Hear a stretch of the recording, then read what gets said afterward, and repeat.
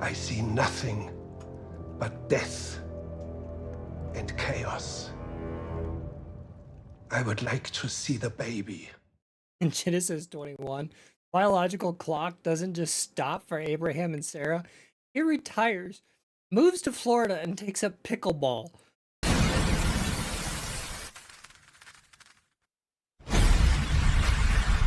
Welcome to the chapter where the impossible finally happened. And in true form, it's immediately followed up by more family drama. Welcome to the Gravel Gospel. I'm Bionic Leg. So it finally happens. God visits Sarah exactly like last time. 1 year from now, you're gonna have a kid. Sarah laughs. No, I'm serious. Once you know it, 1 year from now, guess what? Be pregnant. And she's in her 90s. Abraham's 100. She got a baby. Abraham names him Isaac, which literally means laughter. Really funny considering that Sarah laughed at God to his face when she said, "Can I have a baby?" Which is fair. Either way, names him Isaac means laughter. Isaac is 8 days old, and he gets the old covenant surgery that we talked about in chapter 17. So Abram's 100, baby's a week, Sarah's 90. Sarah's reaction is it tracks. God has blessed me with laughter, and everyone hears about this, gonna laugh. Because it's absurd. 90 years old, and she's got a kid. It's pretty wild. But either way. So Isaac grows up. It's finally time he's to be weaned. And in that culture, that time, this is a huge milestone. Abraham throws a pirate party because it's a big deal.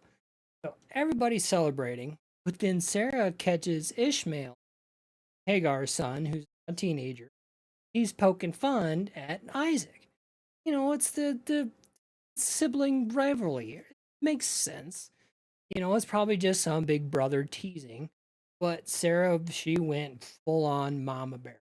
She goes to Abraham, like, get rid of that slave woman and her son. He's not sharing the inheritance with my son. Obviously, this throws off Abraham. Ishmael is his firstborn. Granted, it is not from Sarah, but it's still his firstborn, and he loves the kid. But God steps in. He's like, look, listen to Sarah. The promise is going through Isaac. Don't worry, I'm going to take care of Ishmael too. I'm going to make him a great nation in his own right because he is blood. Don't worry about it. Listen to Sarah. So Abraham gets up early, gives Hagar some bread, takes care of Ishmael, and then they head off to the desert of Beersheba. It gets dark quick, fast, and in a hurry. As the water runs out, Hagar, thinking it's the end, she puts Ishmael under a bush and she walks about 50 yards away because she can't stand to watch her son. Because they've been traveling for this long, they've run out of supplies. There's no 7-Eleven, there's no Walmart to go get something. They're on their own. So she does what she think is gonna go, puts him under a bush and starts walking. And so a couple chapters ago, she calls God El Roy, which is the Hebrew for the God who sees. But he's also the God who hears. God calls out to her. He's like, "Yo, hey, what's wrong? Don't be afraid. I hear Ishmael." And she looks. There's a well of water right there. So they're like, "Cool, okay, can work with." They get water. They survive. Ishmael grows up in the wilderness. He becomes a master archer. Then eventually he ends up getting married, gets a wife from Egypt. That's pretty much the last that we hear so far from these. So jumping back to Abraham. So last chapter we talked about King Abimelech in the sister reloaded, the sister lie reloaded. So Abimelech gave Abraham land, like, hey, you can build wherever you want. that whole thing works out. Well, Abimelech shows up to Abraham's camp with his general, Phicol, and Abimelech tells Abraham, he's like, "It is obvious God's on your.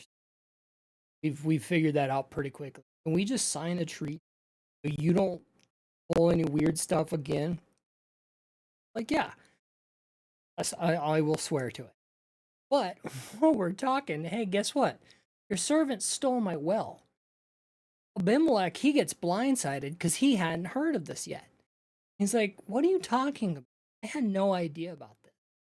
So Abraham is like, "All right, we're talking truce. I don't want any beef. You've taken care of us. You gave me land. I'm going to take care of you."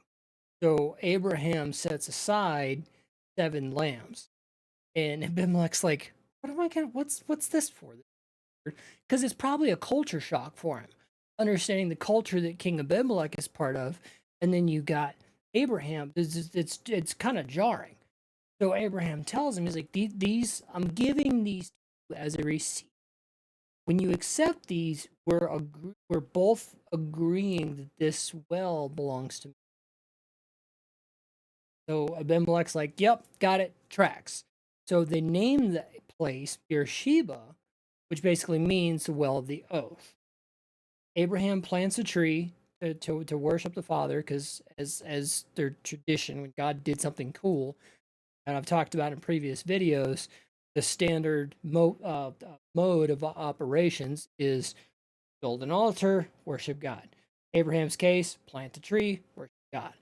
And that's where he ends up staying, ultimately, is in Philistine country, which you start to see later, the Philistines starting to be a real pain in the backside. So Abraham finally gets the boy, as well as the land. Everything's perfect, right? Not quite. Next time we talk, God's about to give Abraham the ultimate test of faith. Abraham's going to pull the knife on the promise. Just saying. So, I'm Bionic Leg, the Gravel Gospel. Appreciate you.